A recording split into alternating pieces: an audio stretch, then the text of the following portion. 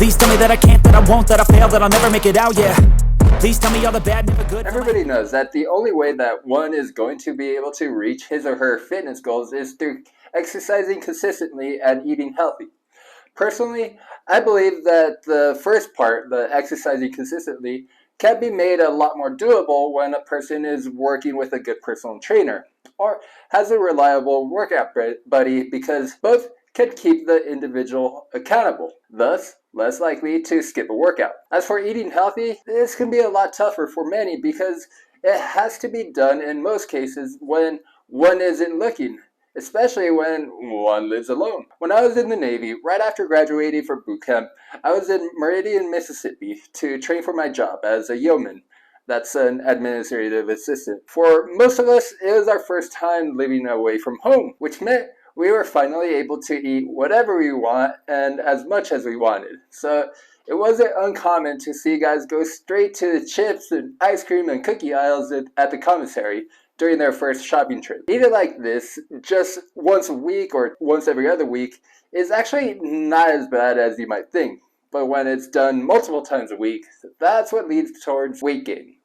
Moreover, poor eating choices can easily become habitual, and breaking that habit can be incredibly difficult for many. Welcome to the Workout Nerd Out. I'm Julio Lopez. I've got my master's degree in nutrition, as well as being a certified strength and conditioning specialist and a certified personal trainer with over 8 years of experience in personal training. When you regain control of your eating and repair your relationship with food, this can become a very empowering moment, but it's not easy to do, especially if poor eating habits has become a regular occurrence for several years. In my opinion, people have a tendency for making things more difficult for themselves by complicating things, thus making them feel overwhelmed and abandoning their health and fitness journeys altogether. The first thing, counting calories. Counting calories is a little weird because it can be an amazing way to guide someone to control their portion sizes and be more mindful about the things that they're eating. On the other hand, it can be very tedious and cause more unnecessary stress. Because of this, counting calories can be an amazing tool for some, but totally useless for others. Like I said, counting calories can be very tedious. Before I started working as a personal trainer, I was working in a law firm in San Diego, and one of my coworkers introduced me to MyFitnessPal. That's a food diary app. At first, I thought it was great because it forced me to think twice about indulging, but after a couple weeks, I started growing tired of it and missed logging some of the meals. For me, it started getting annoying that I had to log every single thing every single day. Because of this, I think calorie counting can be great for the first couple of days, but for the long term, it really depends on the person. When a person is counting calories without any guidance from a nutrition specialist, it can become problematic because it puts too much importance on the energy density, the calories of foods, and not so much on the nutrient density. In fact, when I was in college, a girl that lived in the same apartment complex as me developed scurvy because she wanted to lose weight so bad. Scurvy is a disease that comes from a lack of vitamin C. It's commonly associated with sailors until the mid-1700s when James Lind found out that eating lemons could prevent this. It's likely that this girl became so obsessed with limiting her calorie consumption that she actually eliminated citrus fruit. Nutrition novices are inevitably vulnerable to one of the most common mistakes when it comes to food. Time after time, I hear people either at the gym or all over social media that make this mistake. I'm talking about dichotomous thinking. All too often, people overly simplify foods as either being good or bad. And when one is counting calories without an expert's supervision, they may associate all high-calorie foods as bad, without considering that those foods might be loaded with vitamins and minerals. This can create an over-restriction and deprive the body of important nutrients. The second thing, restrictive diets. Some of you may not remember the Atkins and the South Beach diet booms in the early 2000s. Almost immediately, people began to demonize carbohydrates as the cause of weight gain. Just like overly complicating nutrition can work against you, so can overly simplifying it.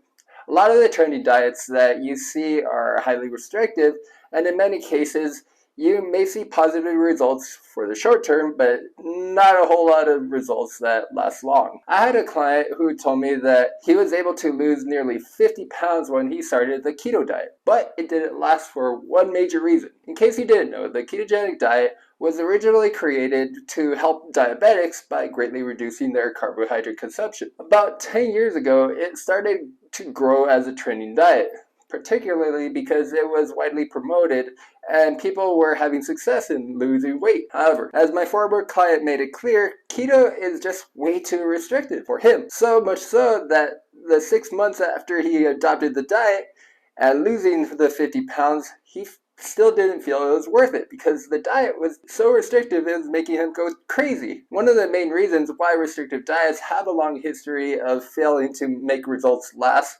is that they're unsustainable. Since these diets usually cut out a long list of food items, sometimes even fruit is put on the naughty list. If you're someone that likes variety when it comes to your eating, then restrictive diets are a recipe for disaster. For many people, it's not uncommon for them to become isolated from their friends during their healthy eating journey. But this doesn't always have to be the case. Let's be honest, most restaurants aren't exactly the healthiest. And if your friends want to go out for dinner, like a Taco Tuesday, those of you on a restrictive diet may feel compelled to miss out. With good planning, you can schedule your cheat meals on these occasions. And when it's something that's spontaneous, order something that can be split within the group. The third thing, supplements. I have a love-hate relationship with supplements. There are many undeniable advantages to supplementation, such as reducing nutrient deficiencies. However, the hate part is mostly because the government continues to fail the American people by allowing manufacturers to sell supplements without requiring any type of testing. Nevertheless, there are a number of very reputable brands, some of which voluntarily have their products inspected at standards even higher than that of the FDA when they approve pharmaceutical drugs. For most recreational gym goers, their knowledge about supplements is limited, which can make things more complicated than needed. Supplements can be an effective way for people to get the vitamins and minerals that they need. However, emerging evidence suggests that getting these nutrients from food sources may be absorbed in the body more effectively. Additionally, getting the nutrients from real food takes up space in the stomach, thus keeping you satiated longer and less likely to overeat. Comedian Bill Burr had a great joke about how inexpensive it can be to eat produce, where grocery stores are literally imploring you to buy their produce because it could go bad so quickly. Hence why produce is usually at the front of the stores and costs so little compared to other products. Supplements, on the other hand, are definitely not on the low cost list, especially the high quality brands. In the 90s, Congress passed a bill that categorized supplements as food items instead of as drugs, which meant that they would not be subjected to testing nor regulations that the FDA sets for pharmaceutical drugs. This can be very scary, especially for people with food allergies that take supplements from non-reputable brands, as some may contain ingredients that are not listed on the label. In conclusion, eating healthy is one of those things that can appear simple when viewed on paper, but things can easily get tricky. If you're not entrenched in the world of nutrition, confusion is an understandable outcome when it comes to narratives on certain foods from healthy to non-healthy all the time. Best example, eggs. My advice is to try not to complicate things that don't need to be complicated. Stick with the basics. So that does it for today's Workout Nerd Out. I hope you enjoyed it. If you have any questions, feel free to leave it in the comment section. And don't forget to hit that like and subscribe button. As for now, I'll see you on the next Workout Nerd Out.